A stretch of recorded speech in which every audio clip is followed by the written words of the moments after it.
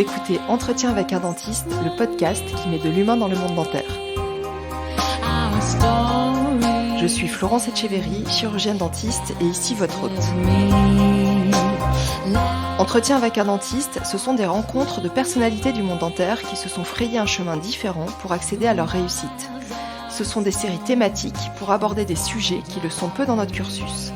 Et c'est une newsletter mensuelle pour vous partager les actualités du podcast, mes rencontres, mes découvertes de livres, médias ou podcasts.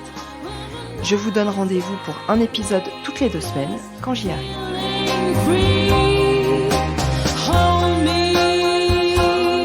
Abdel Awacheria est un patient. Pas mon patient, mais un ancien patient victime de dentexia. Ce centre dentaire low cost, créé en 2012 par Pascal Station, qui a fait l'objet d'un gigantesque scandale sanitaire. En 2016, suite à la liquidation de ces centres, des milliers de patients se retrouvent dans des situations physiques, psychiques, financières catastrophiques, avec des plans de traitement inachevés, voire pas encore commencés, plans de traitement réalisés dans un unique objectif mercantile. La majeure partie de ces patients-patientes, déjà en situation précaire, la promesse de ces centres étant de proposer aux plus démunis des soins moins chers qu'en libéral, se retrouvent à la fois édentés et endettés. Le ticket d'entrée chez Dentexia étant l'avance intégrale des frais des soins.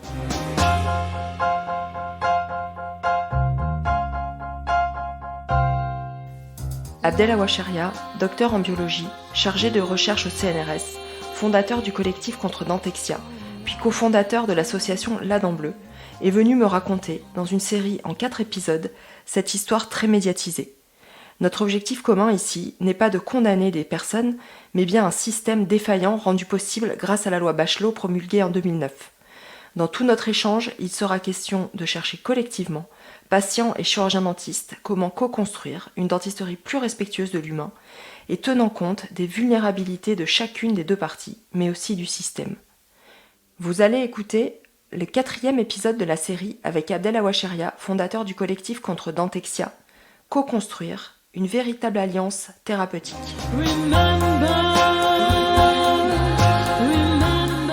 Bonjour Abdel, je me permets de vous solliciter afin d'avoir votre avis.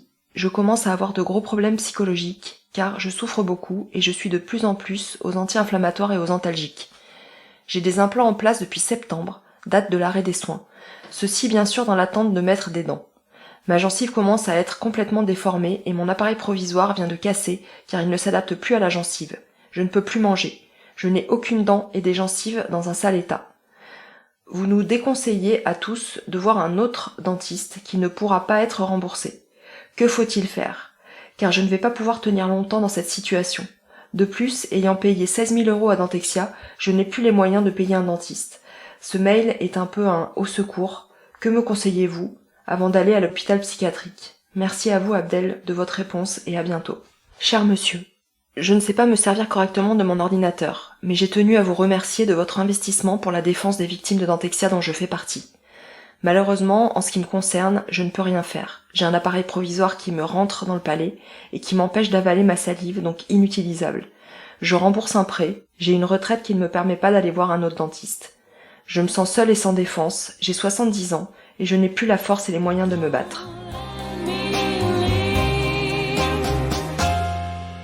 Donc pour cette dernière partie, Abdel, comme on l'a évoqué au tout début de notre échange, moi j'aimerais que cette histoire malheureuse, en fait, elle nous conduise à réfléchir à un système qui serait plus respectueux de l'humain. Et quand je dis ça, évidemment, ça marche dans les 2 sens. Plus respectueux du patient qui est au cœur du système et de la problématique, mais aussi plus respectueux des soignants, et là en l'occurrence des chirurgiens dentistes, parce qu'on sait aussi que les dentistes sont aussi malheureusement de plus en plus souvent victimes de violences. Donc ça peut être des violences verbales, mais aussi des violences physiques et parfois économiques, parce que il faut arrêter de croire que tous les dentistes roulent en Porsche. Il y en a aussi qui essaient de respecter les règles du jeu et quand on peut gagner beaucoup d'argent en respectant les règles du jeu. Je veux pas non plus qu'on interprète mal mes propos, mais en tout cas, pour avoir échangé avec beaucoup de professionnels de santé et en l'occurrence des dentistes, je sais que des fois il y a des dentistes qui ont du mal à s'en sortir. Donc évidemment, l'idée c'est d'ouvrir le dialogue pour éviter de glisser vers une dentisterie qui serait à la fois déshumanisée et déshumanisante. Donc qu'est-ce que t'en penses, Abdel? On part dans ce sens-là?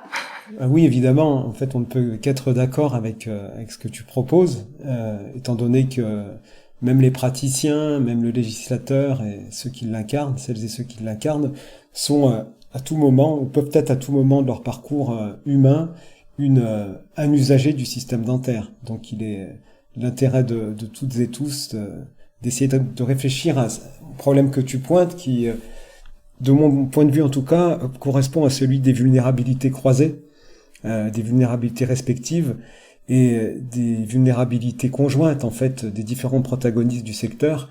Et quand j'évoque ces protagonistes, je pense non seulement aux patientes et aux patients, mais également évidemment aux praticiennes, aux praticiens, mais de manière plus large en fait à l'ensemble des protagonistes qui viennent légiférer, qui viennent contrôler l'exercice en fait de la profession de dentiste dans l'intérêt du patient. Donc tu vois, il y a quelques jours, j'ai écouté un épisode que j'écoute souvent là de LSD, la série documentaire de France Culture, et c'était sur le thème du cancer. Et en fait, dans le premier épisode, on entendait Catherine Tourette-Turgis, donc c'est une femme qui a fondé en 2009 l'Université des patients. Donc ça, c'est à la Sorbonne. Et cette université, elle forme et elle diplôme des patients qu'on appelle après patients experts ou partenaires. Et ce sont des gens qui sont atteints de maladies chroniques. Et donc elle, ce qu'elle disait, c'est que elle voulait remettre le malade au centre et en valorisant son savoir face à un constat de déshumanisation. Donc comme quoi c'est un peu dans tous les secteurs de la santé.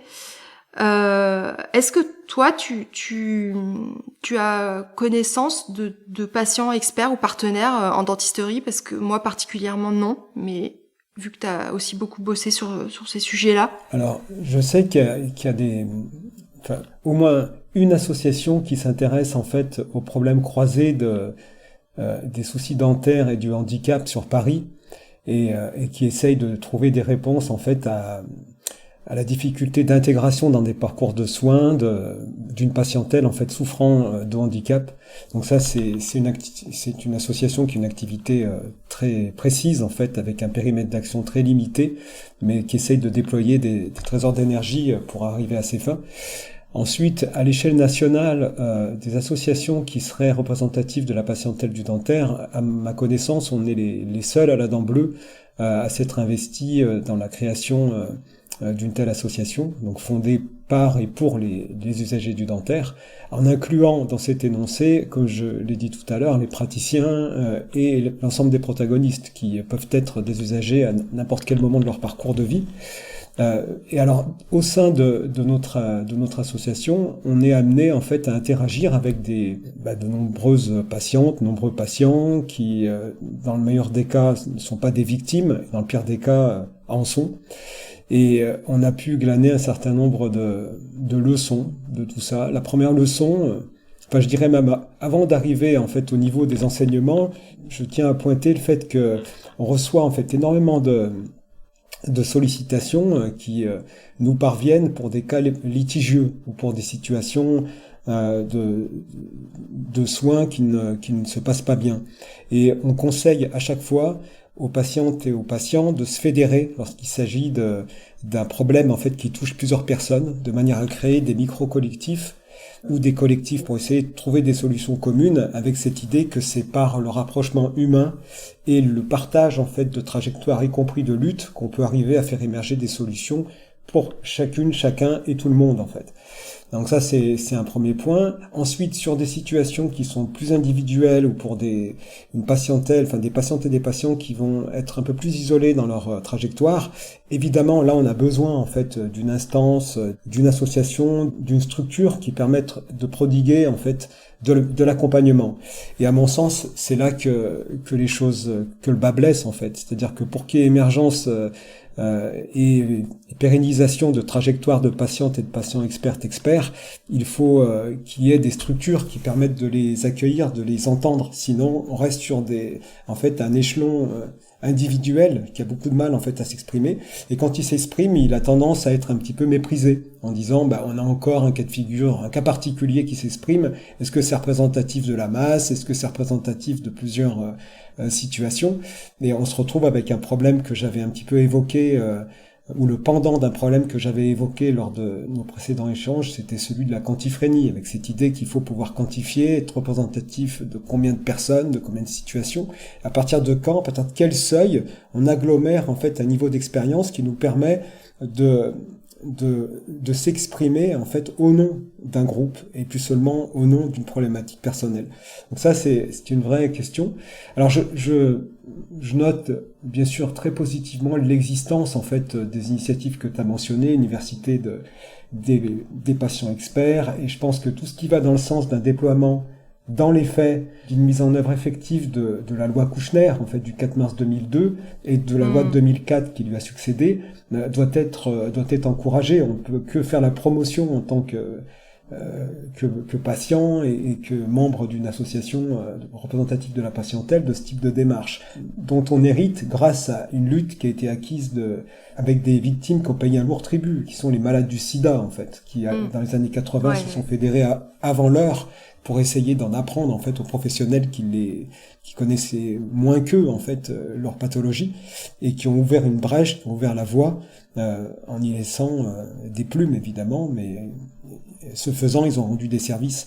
Donc oui, je pense que c'est tout à fait important. Alors pour le dentaire, ça doit être encouragé à l'échelle nationale d'une part, et je pense que la trajectoire dans laquelle on s'inscrit avec d'abord un collectif qui se fédère ensuite ou qui se transforme en association, et j'espère dans les mois et les années qui viennent en fondation, pour œuvrer dans l'accompagnement des patientes et des patients du dentaire, et en fait doit être promotionné. On doit avoir des efforts ou des soutiens qui s'exercent sur un plan méta pour structurer des initiatives globales et en même temps permettre en fait la mise en place de micro-politiques.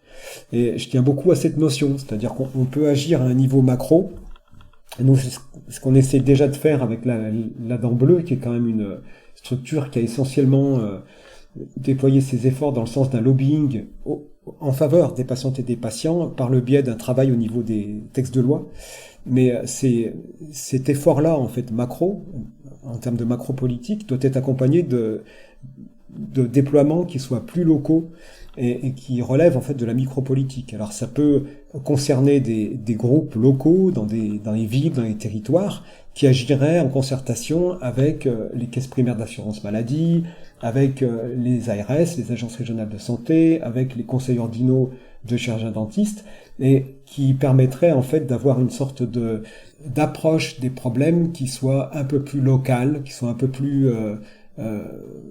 prompte en fait à la prise en charge de problématiques qui émergent sur certains territoires et pas d'autres, pour certaines franges de la patientèle et pas d'autres. Ouais. Donc il faut pouvoir réussir cette dialectique entre du local et du global, entre une association qui serait une sorte de chapeau qui agirait au niveau méta, et des initiatives un peu plus locales de micro-politique en concertation dans les deux échelons avec l'ensemble des partenaires. Donc c'est dans cet esprit-là qu'on a envie d'œuvrer, en tout cas à la Dent Bleue. D'ailleurs, pour rebondir à ce que tu disais, effectivement, il ressortait aussi dans ce documentaire que les patients partenaires sont rarement rémunérés. Si tu veux, il n'y a pas encore de postes réellement qui leur sont attribués. Ça existe, mais c'est mineur. Donc si tu veux, la plupart sont bénévoles, ou alors ont créé leur propre association parce que ils ont été victimes de pathologies lourdes, et ils ont envie d'avoir une action pour aider les autres patients et pour faire avancer aussi la qualité des soins.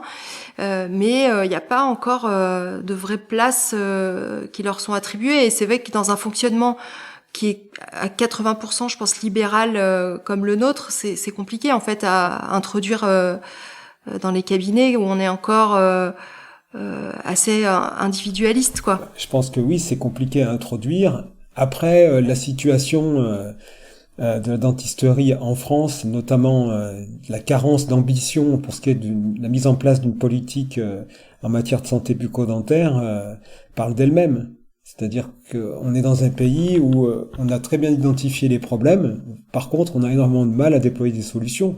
Et dans ce sens-là, j'ai longtemps été assez pessimiste en me disant que ce serait pas du côté des structures existantes qu'on allait trouver des solutions, puisque ces structures font partie du problème en fait.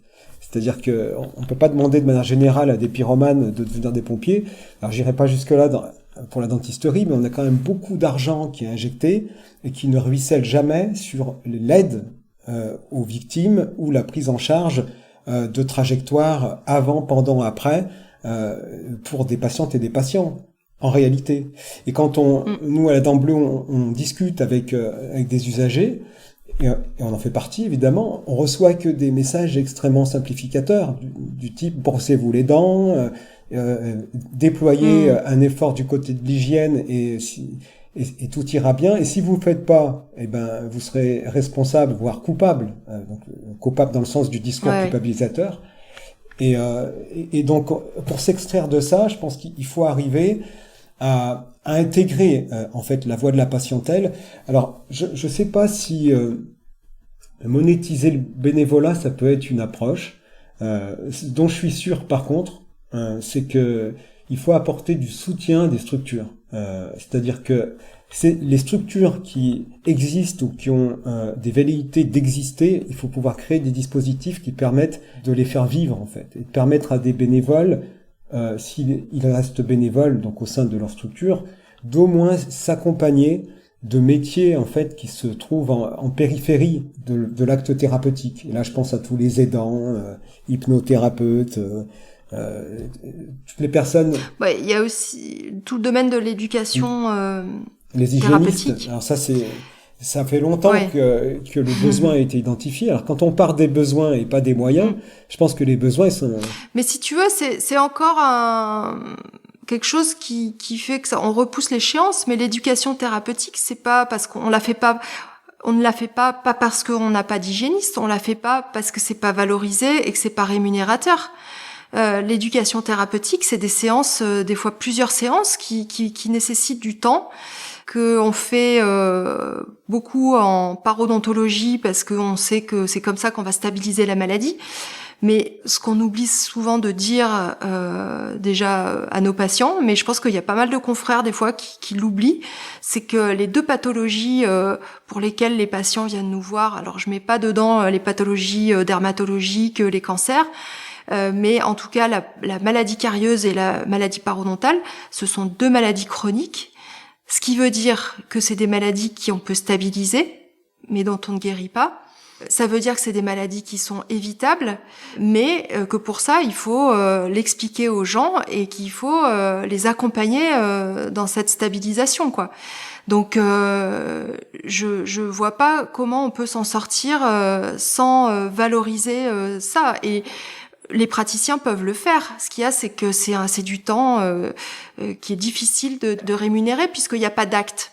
Et comme on est sur un système de paiement à l'acte, je pense que ce que tu abordes, c'est exactement ce qu'on vient de dire, c'est-à-dire qu'en fait, c'est un problème d'articulation entre des macropolitiques et des micropolitiques, c'est-à-dire que la macropolitique, ça devrait être d'imaginer et d'implémenter une politique de santé bucco-dentaire à l'échelle nationale qui prenne en compte cette thématique de la prévention et de l'éducation thérapeutique. Ça ne devrait pas relever directement ou reposer sur l'effort des cabinets de dentisterie en tant que tel.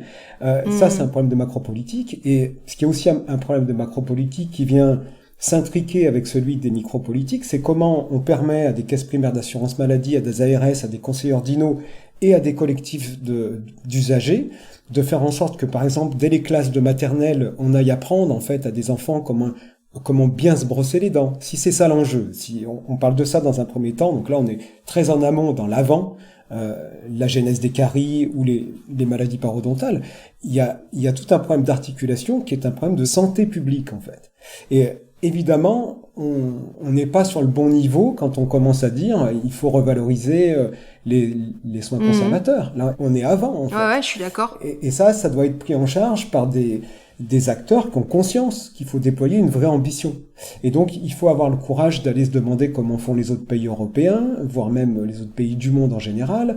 Il faut avoir le courage de se dire qu'il faut peut-être changer de paradigme, qu'il faut remettre en perspective cette idée que tu as un petit peu suggérée, et je pense qu'elle mérite d'être creusée, cette idée que s'il y avait plus que des soins conservateurs, il y aurait beaucoup moins en fait d'activités lucratives pour les dentistes en général. Et ça, c'est la brèche qu'ont emprunté les centres de santé dentaire crapuleux, type associatif, l'homme de sein, de se dire on va aller mettre la boussole du côté des soins les plus lucratifs, donc de l'implantologie et de la prothétique. Mais là, on est très tard en fait dans le parcours de soins idéal qui devrait être un parcours de prévention essentiellement ou de soins conservateurs. Donc on est d'accord. Donc il y a tout un schéma en fait nouveau à imaginer. Et moi le cadre qui me séduit en fait, là je ne parle qu'en mon nom. Je n'aurais pas la prétention de parler au nom de toutes les associations ou même de la Dent Bleue ou ça serait de convertir ce système de pensée en fait un peu systémique en un système de pensée qui s'intéresse aux vulnérabilités en fait. Un petit peu sur le modèle, je sais pas si tu connais la slow food. Moi j'aime bien l'idée d'un modèle qui soit slow cost. Alors, tu sais que on parle de la slow dentisterie. C'est quelque chose, c'est un terme qui existe, qui est une dentisterie minimaliste où finalement on n'a pas forcément besoin d'investir dans du matériel de pointe. Ah, c'est pas ce que j'entends par slow cost. L'idée, c'est de faire l'inverse d'un low cost, c'est-à-dire que c'est un peu plus comme slow food, mais avec cette idée qu'on prend en compte en fait les coûts. Mais pas je parle pas seulement de prix, je parle vraiment de coûts en termes de vulnérabilité. Ce que ça coûte à un usager de déclarer une pathologie dentaire, d'être suivi, d'être mal soigné parfois. Ce que ça coûte aux praticiens, comme tu l'as dit, d'être confronté à une patientèle qui est pas toujours très contente, qui est pas toujours très informée et qui peut avoir des attitudes en fait qui vont à l'encontre de ce que préconise en fait le dentiste ou la dentiste, et ce que ça coûte à un système dans son entièreté, et là je parle au niveau sociétal, de conduire des soins qui auraient pu être évités et de les réparer quand ils ont mal été exécutés. Donc c'est cette idée que quand on dit slow cost, on va réduire en fait les vulnérabilités du système, ce qui suppose d'abord de les identifier. À quels endroits d'un parcours qu'on diviserait en avant, pendant et après les soins, on peut identifier des béances, des vacances qui mériteraient d'être comblées. Donc il y a tout un travail de rendre visible un invisible et de rendre dissible un indicible en fait. C'est-à-dire que moi je suis épaté, ou bien effaré, ça dépend le point de vue, du nombre de discussions qu'on peut avoir avec des personnes qui sont des décisionnaires ou qui peuvent influencer en fait les exercices en fait de dentisterie et qui ont sur certains points bien déterminés une vision extrêmement profonde, juste et au service en fait du bien commun. Mais le problème, c'est un problème de créer un maillage, de mettre tout ça ensemble, d'avoir une vision globale, de tisser en fait. Et ce problème de tisser un complexe, ça relève typiquement de la pensée complexe et qui moi me plaît beaucoup, cette idée d'arriver en fait non seulement à changer de perspective selon le positionnement qu'on adopte en termes de protagoniste, et en même temps de tisser des liens entre des problématiques qui apparemment n'ont pas de lien commun en fait. Donc il y a tout ce travail, et c'est pour ça que j'aime bien cette dénomination de slow cost, de prise en compte d'abord des vulnérabilités. Donc par exemple, si on s'intéresse à avant un parcours de soins, l'une des vulnérabilités, c'est que parler d'éducation thérapeutique, c'est évidemment pas seulement faire reposer sur des usagers le fait d'avoir des troubles en fait. On sait tous que c'est plurifactoriel, que c'est un problème d'alimentation, d'hygiène, d'habitus au sens Bourdieu, de Bourdieu en fait. C'est-à-dire que quand on est dans un déterminisme socio-économique, on va avoir tendance à déployer des comportements qui vont être dictés par cet environnement-là. Et donc c'est tout à fait hypocrite de dire à des patientes et des patients qui sont issus d'une frange de la population qui est très éloignée de l'offre de soins pour des tas de raisons, et pas seulement économiques, en fait aussi en termes de déterminisme social, et qu'en fait c'est de leur faute. Ça fonctionne pas comme ça en fait. Il faudrait d'abord agir sur comment on active des leviers qui vont faire en sorte que l'information parvienne dans ces territoires. Et l'information dans toute sa complexité, comme je l'ai décrite, avec l'alimentation, l'hygiène, etc. Donc c'est pas seulement brossez-vous les dents 3 fois par jour. C'est le traduire comme ça, je trouve que c'est très simplificateur et c'est même dangereux parce que tout le monde sait qu'il faut se brosser les dents 3 fois par jour. Ce qui est intéressant, c'est d'aller creuser de manière pointilliste chaque question, notamment la question du renoncement aux soins, la question de l'âge. Nous, on a beaucoup de personnes qui nous contactent, qui sont pas des jeunes en fait. C'est majoritairement des personnes qu'on pourrait qualifier de seniors aujourd'hui et qui disent, de par mon âge, j'ai du mal déjà à comprendre comment trouver une place en matière de soins, mais en plus j'ai pas les moyens, et puis en plus je maîtrise pas les outils digitaux, numériques pour même prendre un rendez-vous parfois, et puis en plus je comprends pas tout ce qu'on m'a fait, ce qu'on me propose, donc accompagnez-moi par rapport à ça. Donc c'est tout à fait hypocrite de dire à ces personnes de 70 ou 80 ans, on va vous éduquer au plan thérapeutique. C'est complètement inaudible. Il faut pouvoir contextualiser par rapport à la tranche de vie, au contexte socio-économique, et donc faire un travail qui est certes douloureux, mais qui, d'après moi, est indispensable, qui est un travail pointilliste, de poser tous les problèmes avant le parcours de soins, en se plaçant de la perspective de l'usager, depuis la perspective du praticien, et depuis la perspective, en fait, de la Cour des comptes, j'allais dire, et puis faire la même chose pendant les soins. Donc pendant les soins, c'est pareil, ce que tu décris, ça vient s'intriquer, en fait, un petit peu, alors qu'en fait, on peut s'amuser à segmenter dans un premier temps, et se dire, qu'est-ce qui ferait que des dentistes, en fait, arrivent à exercer leur profession, leur art et leur science d'une manière optimale et que ça soit ressenti comme tel par des patientes et des patients qui suivraient une trajectoire de soins optimale. Donc ça veut dire envisager peut-être, et là c'est que des propositions, mais depuis l'accueil en cabinet jusqu'à la sortie du cabinet, le parcours dans un cabinet de dentisterie comme une scène dans laquelle se joue à la fois une composante physique, mais beaucoup de choses en fait au plan de la psyché. Et c'est en fait la relation au dentiste, et ça c'est bien documenté, c'est une relation qui est chargée d'affects douloureux qu'il faut pouvoir déconstruire aujourd'hui. Donc là il y a un vrai travail qui est complètement indépendant du travail de l'éducation thérapeutique. Et quand et je terminerai là-dessus, on s'intéresse à l'après, il y a toute une sorte d'angle mort qui consisterait en fait à aider les usagers à s'en sortir en cas de déboire sur des problématiques dentaires pour lesquelles on sait très bien qu'il n'y a pas de guérison. Il n'y a pas de guérison possible en matière dentaire. Même quand vous avez un implant avec une prothèse dessus, vous avez des matériaux qui ont une durée de vie. Et donc, il va falloir vous réinscrire dans des parcours de soins tôt ou tard. Et donc ça, c'est important. Il y a aussi tout ce qui est de l'ordre de la gestion du litige. On devrait avoir une sorte de droit à l'information par rapport à ça, qui permettrait de décomplexer et déstresser en fait les parties prenantes en disant qu'on sort des logiques d'opposition parce qu'on va implémenter des solutions qui vont être optimales pour toutes les parties et que ces solutions, et là je te rejoins à 100%, devraient être implémentées comme une co-construction. Donc je pense que le diable est dans le détail en matière dentaire et que tous les grands énoncés du type plus d'éducation thérapeutique, des politiques de santé publique ambitieuses, etc., mais sans aller dans le détail, on passe à côté de son objectif. Et tu as mentionné deux pathologies, les caries et les maladies parodontales comme étant des pathologies chroniques. Moi, je tiens quand même à dire, et tu le sais très bien, et des études viennent l'étayer de manière parfaite, qu'on a des corollaires entre ces pathologies-là et d'autres pathologies qui viennent se greffer dessus, de l'Alzheimer jusqu'à des infections distantes, le diabète, en passant par beaucoup le diabète. Le diabète, des maladies cardiovasculaires, des troubles musculo-squelettiques, le SADAM en particulier, syndrome en fait au niveau maxillofacial. Donc une compréhension un petit peu plus holistique à la fois du système et de la personne, la patiente ou le patient en tant que personne devrait s'imposer. Et il y a un vrai travail, je pense, de fond à conduire. Et évidemment, on peut pas le faire sans les usagers. Ça semble Oui, il y a beaucoup évident. de choses sur lesquelles j'aurais envie de rebondir dans tout ce que tu dis.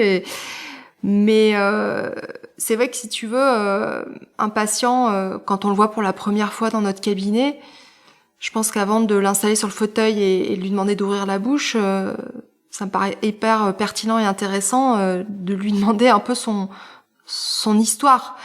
Pas forcément les derniers rendez-vous, voilà, qu'est-ce qui s'est passé les derniers rendez-vous. Souvent, en fait, on s'en arrête là parce qu'on estime que, on n'a pas le temps, deux, on n'est pas formé pour ça, on n'est pas psychologue.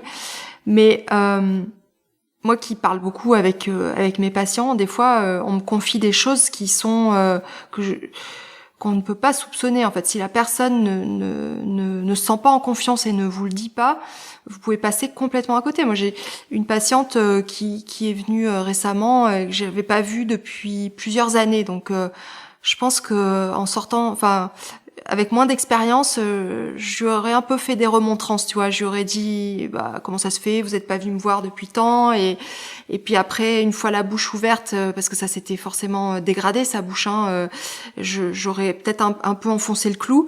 Et je pense que quelque part, c'est un peu ce qu'on reçoit dans notre formation, hein, parce qu'on le fait pas par méchanceté, on le fait parce que on a été aussi habitué à le faire. Et maintenant, donc, elle est arrivée et avant de parler, je l'ai d'abord écoutée.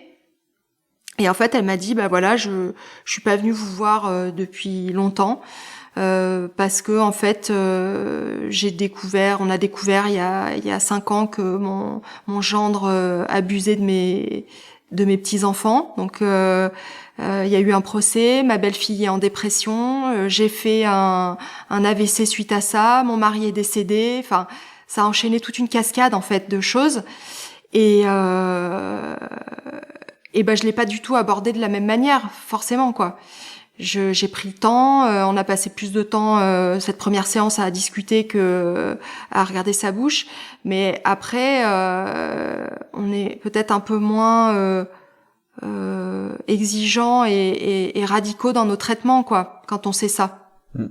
Ben, ce que tu pointes là, je trouve qu'il fait tout à fait sens, c'est la nécessité ou l'intérêt en tout cas des enseignements en empathie. C'est-à-dire que c'est toute la différence, je me souviens plus si on en avait parlé, mais entre la compassion et l'empathie. On ne demande pas à une dentiste ou un dentiste de souffrir avec sa patiente ou son patient, mais d'au moins avoir développé une disposition de son être qui lui permette de considérer que l'autre est potentiellement un individu en souffrance.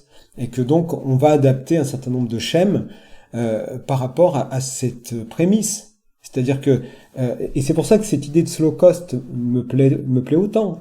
Quand on s'adresse à quelqu'un qui vient consulter, on s'adresse pas à une tigresse ou à un tigre, on s'adresse à quelqu'un qui est en situation de vulnérabilité. C'est ça la prémisse. Donc on doit partir de là. Et nous à la Dent Bleue par exemple et avant dans le collectif Contre Dentexia, il nous était extrêmement difficile de séparer les trajectoires de soins des parcours en fait psychosociaux des personnes. Il y a parfois beaucoup de personnes, beaucoup de patientes et de patients pour lesquels le déboire dentaire n'est que la face émergée d'une pelote de laine en fait de problèmes qui sont sociaux, qui peuvent être identitaires, qui peuvent être liés à des traits d'histoire de vie. Et c'est pour ça que si on voulait être pointilliste, moi j'aime bien la séparation qu'ont fait les Grecs en fait des deux termes de vie. Les Grecs distinguaient en fait la zoé et le bios. La zoé, c'est tout ce qui relève de l'élan vital, de la vie au sens organique du terme, et la dent, eh ben c'est zoé, c'est-à-dire que l'organe dentaire, il va être la cible en fait d'attaques, de mauvais traitements ou au contraire d'une protection, d'une hygiène. Donc là, on est dans la zoé. Il peut être traité par un praticien dans sa composante de zoé, c'est-à-dire on traite la carie, on essaie de conserver ce qui peut être conservé, de remplacer ce qui peut être remplacé.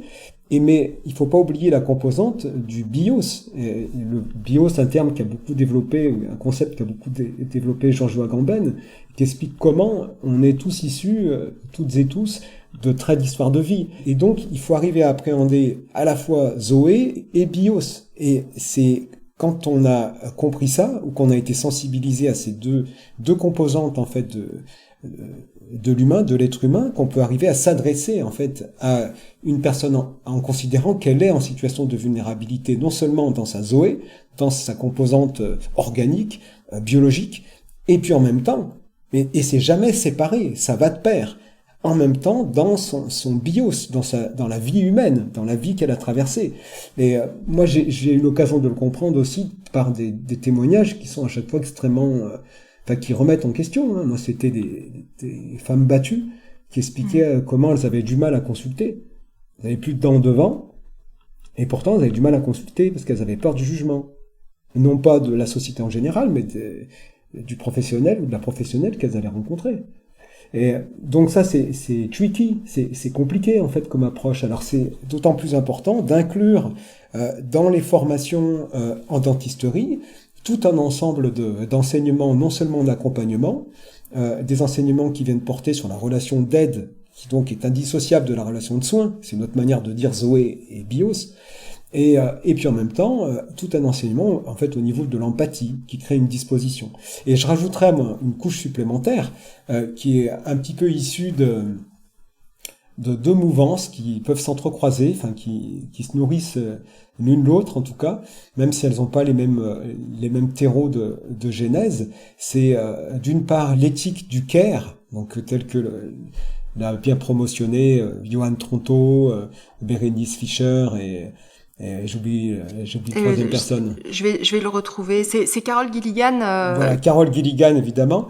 Et d'un autre côté, je trouve que c'est important aussi de ne pas perdre de vue que ce qui était en toile de fond de l'éthique du care a tendance de plus en plus aujourd'hui à se marier avec une autre éthique qui a été un peu formalisée par Guattari, le fameux collègue de Deleuze. Et Guattari en fait est l'un des penseurs de l'écosophie, c'est-à-dire que pour arriver à changer de paradigme, et peu importe la place qu'on occupe en fait dans un système, il faut d'abord en fait arriver à contextualiser sa place, mais aussi surtout se dire qu'on va changer d'abord intérieurement sa manière d'habiter sa position. Alors pour ce qui est du patient et de la patiente et du patient, alors évidemment c'est tout à fait audible de se dire que on a tout à gagner de s'inscrire dans une alliance thérapeutique, de se positionner en tant que partenaire dans un cabinet de dentisterie parce que c'est à son propre bénéfice.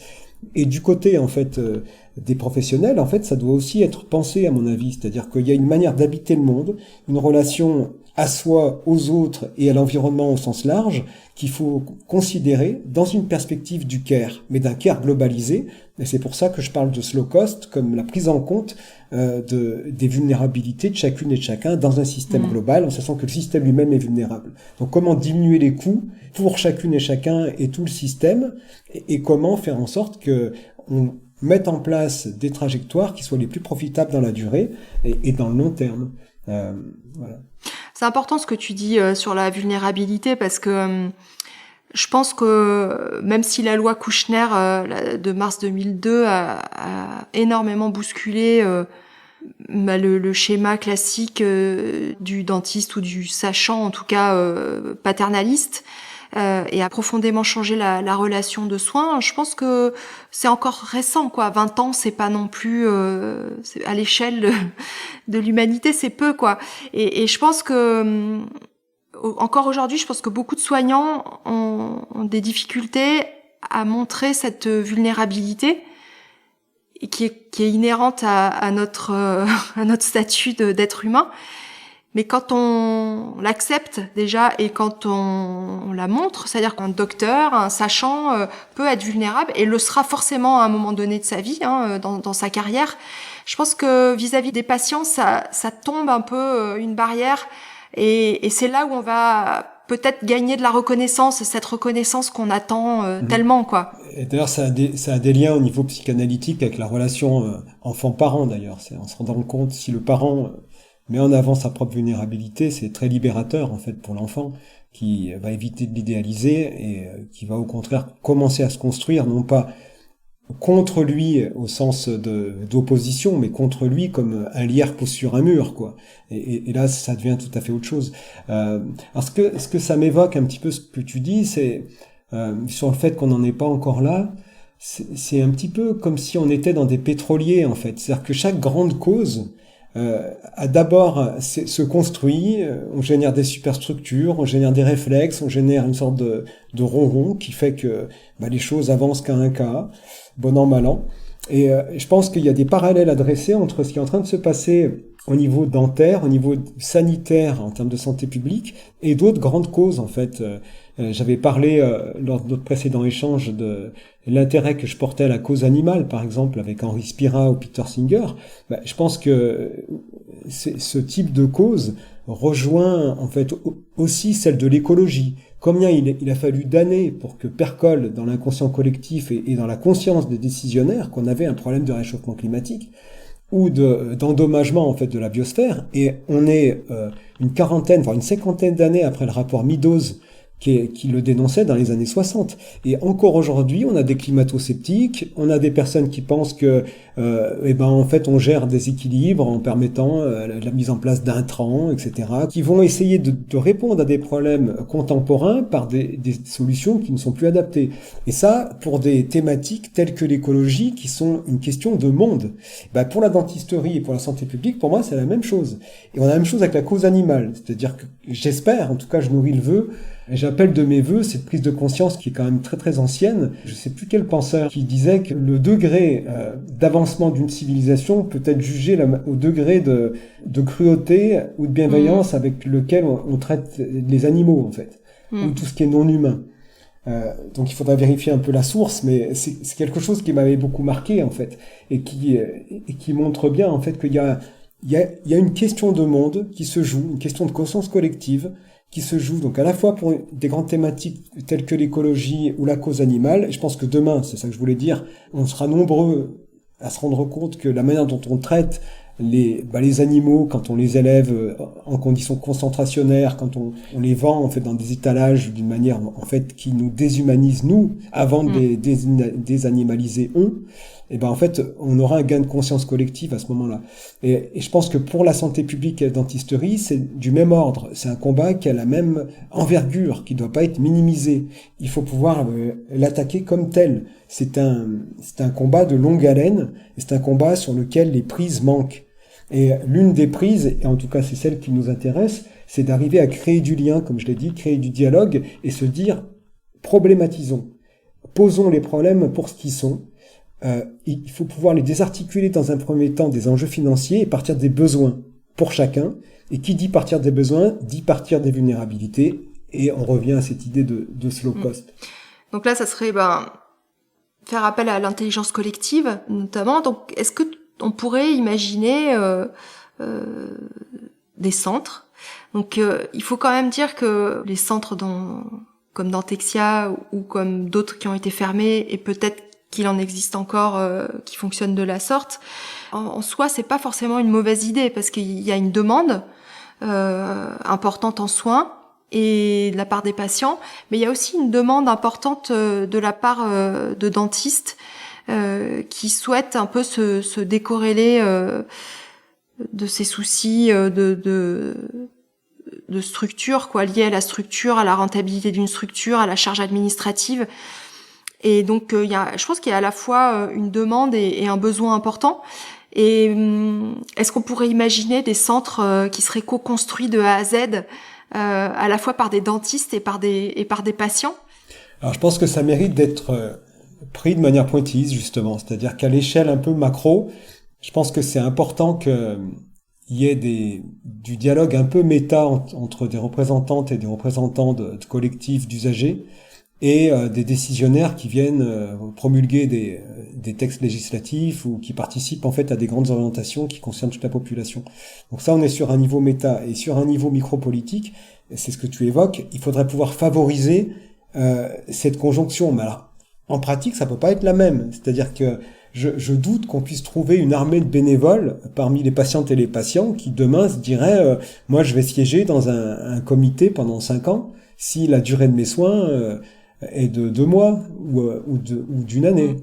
Donc, tu vois, l'idée des patients partenaires, c'était ça aussi. C'est cette idée à la base, elle est et ça, Catherine Tourette-Turgis, elle l'explique très bien. On pourrait imaginer des réflexions sur déjà l'architecture du lieu, comment il pourrait être agencé. Le côté accueil, le côté comment en tant que patient, quand on a eu un parcours de soins compliqué et douloureux, comment on pense que on aimerait être accueilli, quel parcours, comme tu le disais tout à l'heure, un peu un parcours où on pourrait déjà, si on a des phobies, commencer par expliquer un peu son parcours de soins à quelqu'un qui aurait les capacités d'écouter, de retranscrire, tout un cheminement en fait, qu'on passe pas directement sur le fauteuil en position allongée avec un piston d'anesthésique au-dessus de la tête, quoi. Je pense que le problème de l'accueil, évidemment, il est super important. La difficulté que je voulais soulever, c'était que c'est plus facile de trouver des d'anciennes victimes, par exemple, ou des porteuses ou des porteurs d'une pathologie au long terme, volontaires pour aller siéger dans des instances avec cette idée qu'elles vont participer dans un travail de longue haleine, que de trouver à l'échelon local pour chaque cabinet ou chaque centre des usagers qui accepteraient de faire partie. Ah oui, en fait. complètement, on est d'accord. Donc Ouais. c'est un problème de proportion ou de dimensionnalité en fait. Ça va être extrêmement compliqué. Après, on peut créer du dispositif, c'est-à-dire de se dire par exemple que chaque centre de santé en activité ou chaque cabinet doit avoir une sorte de comité dans lequel va siéger quelques patientes ou quelques patients qui ont des trajectoires de soins au long cours. Je trouve que c'est une bonne idée, mais ça doit être proposé, c'est-à-dire qu'il faut que le professionnel se rende compte de l'intérêt et que ça soit pas vécu comme une contrainte. Moi, je suis pas certain que si du jour au lendemain on annonce en fait aux dizaines de milliers de cabinets libéraux qui vont devoir s'entourer de patientes et de patients pour y voir plus clair dans leurs prérogatives et dans la manière de conduire leur exercice, que ça soit bien accepté, bien perçu. On est d'accord. D'où l'idée de se dire, il y a un niveau méta où il y a de la discussion, de l'intelligence collective, il faut en capaciter les usagers, créer des plateformes où on agrège leur avis et pas les notes Google, hein. C'est pas ce dont on est en train de parler, mais de se dire s'il y a des propositions, on va créer de manière volontaire des dispositifs de recueil en fait des besoins et des perspectives, et d'un autre côté qui est vraiment des micro-politiques volontaires, et ça je pense que les entités qui peuvent en assurer la vie, le dynamisme, sont les caisses primaires d'assurance maladie, les ARS, les conseils ordinaux, d'abord, c'est-à-dire se baser sur l'existant avant de se dire qu'on va créer encore une nouvelle loi, une nouvelle contrainte, une nouvelle variable, une nouvelle structure, et que ces structures-là peuvent... moi, je serais par exemple très favorable à ce que des patientes et des patients souffrant d'une pathologie donnée au long cours viennent donner leur avis sur une autre pathologie au long cours. Je serais pas défavorable à l'idée que quelqu'un qui souffre d'un diabète ou un proche qui souffre d'une maladie d'Alzheimer ou qui a déclaré en fait des maladies cardiovasculaires qui peuvent être potentiellement en lien avec des problèmes dentaires puisse avoir un avis pertinent à donner parce qu'en fait ces personnes-là vont au dentiste dans tous les cas. Alors elles peuvent avoir des vécus plus ou moins lourds avec la dentisterie, mais il faut de tout. Il faut pas seulement des victimes qui auront des approches très chargées en fait en affect douloureux. Il faut aussi des personnes qui peuvent arriver à désubjectiver au maximum leur approche d'un environnement professionnel et puis interpersonnel de relations entre le soignant et puis la personne soignée. Donc tout ça c'est à penser de manière très concrète, en allant peut-être au-delà en fait du premier vœu qu'on va tous énoncer. Il faudrait plus d'usagers dans des structures non seulement de gouvernance, mais aussi d'exercice du soin. Alors pour l'accueil dont tu parles, moi je pense que les praticiens, les dentistes ne peuvent pas tout être. On a avec cette idée du dentiste un petit peu qui monte son affaire comme une boutique, qui peut être à la fois un comptable, qui peut être un psychothérapeute, qui peut être un omnipraticien, qui peut être parfois un spécialiste, qui peut gérer en fait des liens avec des sociétés commerciales qui vont être ses fournisseurs, le bail de son local, etc. En fait, c'est extrêmement compliqué de déléguer tout ça en fait à une seule personne, et c'est générateur justement de problèmes en fait dans les trajectoires professionnelles, et ça c'est un peu ce que tu as commencé à décrire, et de cette idée peut-être, cette volonté en tout cas qu'on observe dans les générations les plus récentes de dentistes de se décharger en fait de ces tâches administratives pour aller se consacrer, pour avoir un peu plus de temps pour se consacrer soit à l'exercice en fait de son art et de sa science du dentaire, soit pour avoir plus de temps pour des activités connexes. Je pense pas à des vacances, hein, je pense à de l'engagement sociétal sous des formes diverses, c'est un peu ce que tu fais là avec ton magnifique podcast. Donc cette idée de se dire que on prend en compte ces trajectoires des professionnels, elle s'inscrit dans tout ce que je viens de décrire, évidemment. De votre côté, quelles sont les perspectives d'évolution pour l'association ? Parce que effectivement, votre ADN, c'est les patients, mais s'il n'y a pas de patients, enfin je veux dire s'il n'y a pas de dentiste, Donc c'est aussi, est-ce que derrière vous avez réfléchi à comment créer du lien justement, comme tu le disais tout à l'heure, entre les chirurgiens dentistes et les patients? Alors, on y a réfléchi et tout ce qu'on avait pensé était faux ou s'est avéré inefficace. Par contre, ce qui s'avère à peu près efficace, c'est de laisser les professionnels venir peu à peu vers nous. C'est-à-dire qu'on a fait beaucoup de sollicitations dans un premier temps en disant, voilà, on existe, la porte est ouverte, etc. On peut dialoguer. Et en fait, c'est pas forcément une très bonne approche. Alors, d'avoir dit qu'on existait, c'était intéressant, c'était important et nécessaire. Mais je pense qu'il y a une composante, je parlais des pétroliers tout à l'heure pour l'écologie, la cause animale. En fait, il faut juste accepter que parfois les choses prennent du temps et que mettre de l'énergie dans la mauvaise direction, c'est pas se servir, c'est pas servir la cause en fait. Il faut mieux aller un peu plus lentement, mais dans une direction qui est la bonne, qui est bien pensée. Donc là, et l'idée, c'est de se dire, est-ce que on peut dépasser le stade de l'association? Et moi, c'est un leitmotiv que je nourris en tout cas. C'est de se dire que dans un contexte associatif, on peut très bien arriver à faire ce qu'on fait pour faire du lobbying, pour interagir sur des grandes orientations en termes de santé publique, être partenaire pour Comidan, pour l'ADF, pour le ministère de la Santé, pour le conseiller Ordino, pour l'Union française de la santé bucco-dentaire, enfin, pour France Asso Santé. On peut se constituer comme partenaire. Le vrai problème auquel on est confronté et qui nous met quand même un petit peu dans une situation d'impuissance, c'est le fait qu'on a du mal à gérer des situations individuelles en fait. C'est-à-dire que c'est pas la même chose que de déployer des stratégies qui ont pour impact, qui ont pour finalité d'agir sur une masse de personnes, donc une population, une frange de la patientèle, que d'aider des personnes dans leur individualité, dans leur singularité, dans leur bios, ce que les dentistes font tous les jours. Mais ce qu'ils ne font plus quand les usagers se transforment en victimes, ou font moins, c'est-à-dire que des victimes qui se retrouvent dans l'incapacité de comprendre comment agir quand elles ont des déboires dentaires, ça c'est un vrai problème. Et donc on doit pouvoir s'inscrire dans un accompagnement. Alors cet accompagnement, il peut être de pouvoir router des patients et des patientes vers des professionnels, ce qu'on n'a pas le droit de faire aujourd'hui. C'est-à-dire qu'en tant qu'association de représentation de la patientèle du dentaire, on n'a pas le droit de faire la publicité pour des cabinets. Donc on nous demande régulièrement, ça se passe mal avec mon dentiste, j'habite à Angers ou j'habite à Rouen, je vais où? On peut pas répondre. Ou alors ce qu'on va répondre, c'est du n'importe quoi parce qu'on n'a pas d'instance locale et quand bien même on voudrait donner une information sous le manteau, on pourrait même pas parce qu'on n'a pas connaissance du territoire et qu'en plus on n'a pas de moyen de juger si l'information qu'on va donner, ce qui s'apparente à un bon conseil, peut en réalité s'avérer être très mauvais et se solder par un autre parcours litigieux par exemple. Donc ça c'est un premier souci, c'est-à-dire de pouvoir être accompagné de professionnels pour essayer de répondre à cette simple question.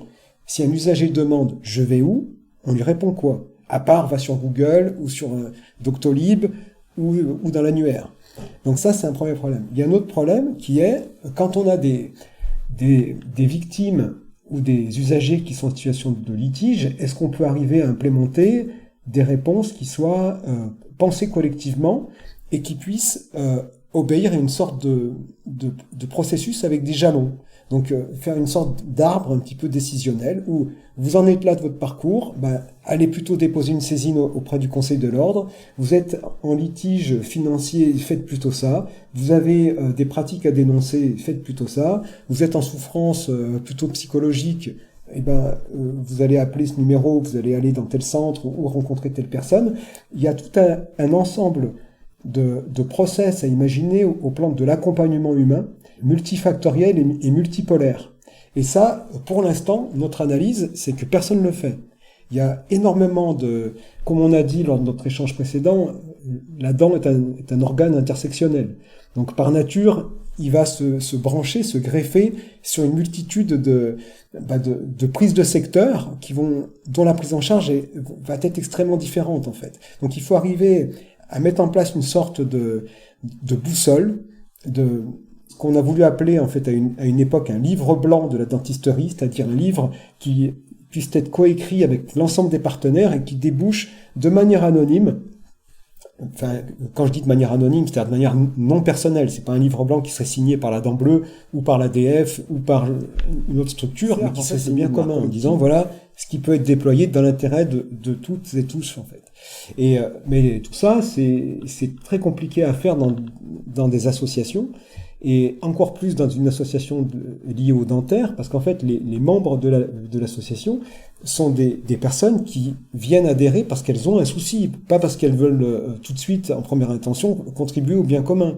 Donc on a d'abord ce problème que les adhérents sont des personnes qui sont en difficulté, et que la réponse, en fait, serait d'imaginer sur la base d'usagers motivés, des interactions avec les professionnels et les autorités pour faire émerger des solutions qui ruissellent dans un deuxième temps sur les mêmes victimes qui viennent au début. Donc on est pris dans une sorte de cycle qui ne trouve pas de solution pour l'instant. Alors l'une des pistes qu'on souhaiterait employer, c'est une piste qui a bien été comprise et qui a bien été usitée par d'autres patientes et patients experts, c'est de se dire, est-ce qu'on peut pas se fonder, en fait, s'associer en fondation, créer une fondation qui soit portée par une marraine ou un parrain qui soit une personnalité publique, qui nous permettent d'agréger des fonds, qui permettent de financer des postes, et donc le travail associatif serait remplacé par une sorte de professionnalisation sur des micro-secteurs de l'activité. Donc par exemple, salarier quelqu'un qui aurait pour vocation de constituer une équipe d'accompagnantes et d'accompagnants pour écouter, juste écouter. C'est l'un des chantiers qu'on a identifié. Il y a énormément de choses qui se jouent dans les trajectoires des usagers du dentaire autour de l'écoute. D'une écoute active, pas d'une écoute passive où on dit oui, mais d'une écoute active en fait, en disant, un petit peu comme tu l'as dit avant avec la personne dont tu as décrit un petit peu la situation compliquée, on entend en fait. Et juste le fait d'entendre, c'est déjà franchir un seuil qui permet un début de prise en charge utile, de restauration, et parfois de remettre les personnes en selle en fait pour aller se faire soigner. Parce que comme je l'ai aussi dit, les parcours de soins dentaires, quand ils se passent mal, sont des parcours de dévitalisation qui empêchent les personnes de se prendre en charge elles-mêmes, et donc de sans-capacité. Donc il y a tout ce travail en fait de se dire qu'en créant une structure qui permette d'être multipolaire, donc cette fondation, dans l'idée qu'on pourrait en avoir, à la différence d'une association d'usagers, serait une fondation qui comporterait des usagers, mais qui aurait pour vocation d'intégrer toutes les mouvances pour le bien commun d'un secteur, et des usagers qui viennent en fait en faire appel à lui. Donc cette fondation, elle aurait une marraine ou une personnalité publique, elle bénéficierait de dons, de subventions, et elle permettrait de suivre des trajectoires individuelles et d'être réellement utile aux vraies personnes. Et ça, je dois avouer que c'est quelque chose qui me taraude en fait depuis plusieurs années, parce que on a le sentiment de prendre un peu à notre charge un combat qui va être au niveau un petit peu, on va dire, textuel, un petit peu littéraire, prosaïque, mais de pas être dans l'incarnation, ou pas suffisamment, ou de pas avoir les moyens, en fait, d'être dans un combat incarné qui soit réellement utile, en fait, aux personnes qui nous sollicitent. Et il n'arrive pas une semaine où on ne dise pas à une personne, on peut rien faire, là. C'est pas de notre ressort, on sait pas comment agir pour que des choses aillent mieux pour vous. Parce qu'on n'est pas dentiste, parce qu'on n'est pas l'ARS, parce qu'on n'est pas le législateur, et que là tout de suite on va pas pouvoir faire quelque chose. Et ça c'est très frustrant.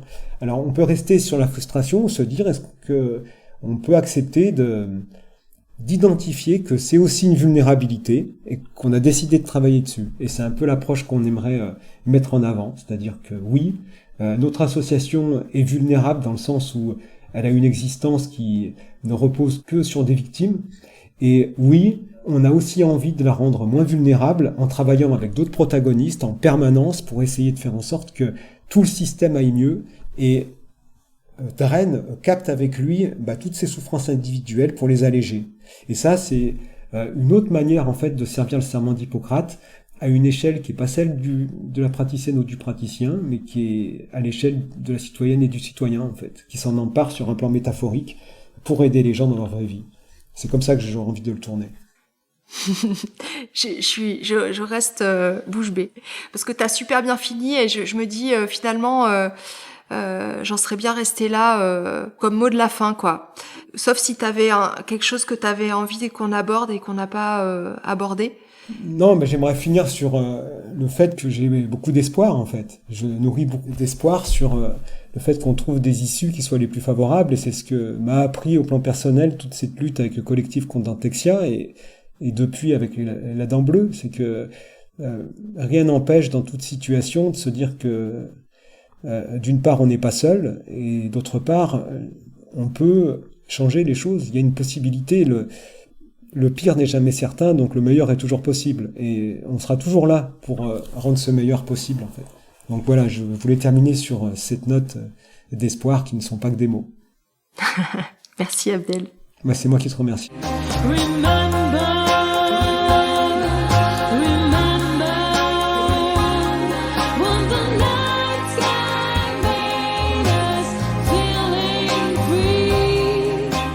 Voilà, vous venez d'écouter le dernier épisode de la série avec Abdel Awacheria, fondateur du collectif contre Dentexia. Merci à lui d'avoir pris le temps de m'expliquer les tenants et les aboutissants de cette affaire dont on a tous plus ou moins entendu parler, mais rarement avec autant de détails. Alors cet échange avec Abdel a été encore une fois pour moi l'occasion de me questionner sur la raison d'être de mon métier. Et cette raison d'être, c'est le patient, qui vient nous consulter parce qu'il a besoin de nous et c'est primordial qu'il ou elle reste au centre de nos préoccupations.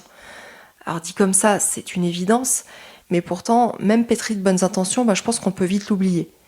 Avec les années et l'expérience, j'ai appris, moi, à aimer mon métier quand j'ai commencé à arrêter de considérer les patients comme des obstacles qui m'empêchaient de réaliser des actes que je pensais indispensables pour eux. Parce que forcément, moi, je savais quel était le meilleur traitement pour eux puisque je m'étais formée pour ça. Et j'ai commencé à aimer mon métier aussi quand j'ai arrêté de penser seulement à moi, à ma performance, à ma rentabilité. Et quand j'ai commencé à considérer mes patients, c'est-à-dire à vraiment les regarder et à les écouter. Alors il y en a avec qui c'est facile, on leur explique, ils comprennent, ils acceptent, ils signent, ils payent, ils ouvrent la bouche, et en plus ils n'ont aucune doléance. Mais on est d'accord, c'est pas la majorité. En tout cas, ça ne l'est plus. Et puis comme on l'a vu avec Abdel, ça le sera de moins en moins, parce que notre société change, parce que nous avons changé de modèle. Aujourd'hui, particulièrement depuis la loi Kouchner de 2002, nos patients, ils ont des droits, ils ont une parole, et je trouve que ça, c'est une bonne chose. Mais effectivement, le modèle paternaliste est en train de petit à petit disparaître. Alors oui, le revers de la médaille, c'est que les patients sont devenus plus exigeants, plus suspicieux, moins dociles, peut-être plus consommateurs de soins. Mais nous, en tant que patients, est-ce que nous n'avons pas envie de comprendre ce que nous avons, d'avoir le choix de notre traitement, et aussi d'avoir en face de nous des professionnels de santé qui nous considèrent et qui nous écoutent ?